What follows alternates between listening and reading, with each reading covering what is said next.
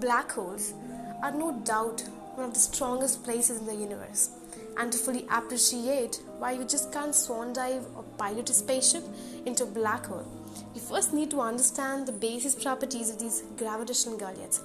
Simply put, a black hole is a place where the gravity is so strong that no light or anything else for that matter can escape. A black hole, is a place where the force of gravity is so powerful that you would be traveling at a speed faster than the speed of light to escape its will, which would be like traveling in your past. I mean, time travel. Since nothing in the universe is faster than the speed of light, therefore nothing that falls in a black hole can ever escape. And the border at which the gravity becomes strong enough to create that phenomena is known as the event horizon, which marks the outer boundary of the black holes. Black holes are aptly known because they usually don't reflect light or emit light.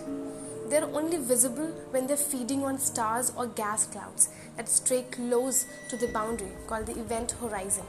And beyond that event horizon lies a truly minuscule point called a point of singularity, where gravity is so intense that it infinitely curves space and time itself, as predicted by the Einstein's general theory of relativity.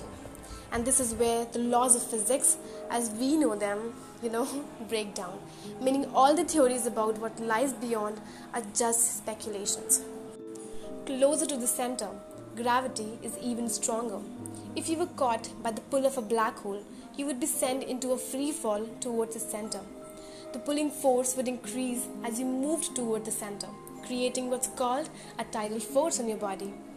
And that is to say, the gravity acting on your head would be much stronger than the gravity acting on your toes, assuming you were falling head first. That would make your head accelerate faster than your toes, and the difference would stretch your body until it snapped apart, first at its weakest point and then disintegrating rapidly as the tidal forces become stronger than the chemical bonds holding your body together. You would be reduced to a bunch of disconnected atoms, and these atoms would be stretched into a line and would continue in a processional march, as if you had been screwed through space like a toothpaste being squeezed through a tube. No one knows for certain what happens to these atoms when they reach the center, or the point of singularity of a black hole. Black holes, they come in different varieties and can be modeled with different levels of complexity, like whether or not they spin or they have an electrical charge. So if you jumped into one, your exact fate, would depend upon the sort of black hole you choose.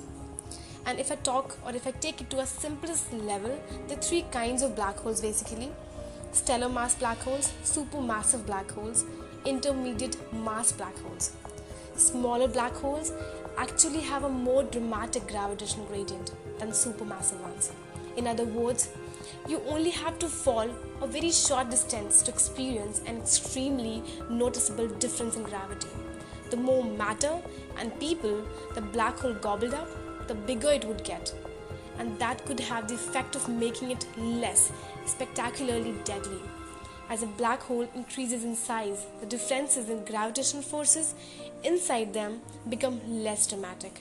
If you fell into a truly gigantic black hole, the rate of change and resulting tidal force might not be enough to rip your body apart until after you did cross the event horizon. If you fell into a large enough black hole, your last moments would be a little bit like being on the inside of a distorted one-way mirror, and no one outside would be able to see you, but you did have a view of them. Meanwhile, the gravitational pull would bend the light weirdly and distort your last moments of vision. Sorry to all those science fiction fans, you can't actually survive a trip through a black hole, and if you try to take a plunge into one, like Matthew McConaughey in the movie Interstellar, you would be ripped apart long before you could find out what's on the other side.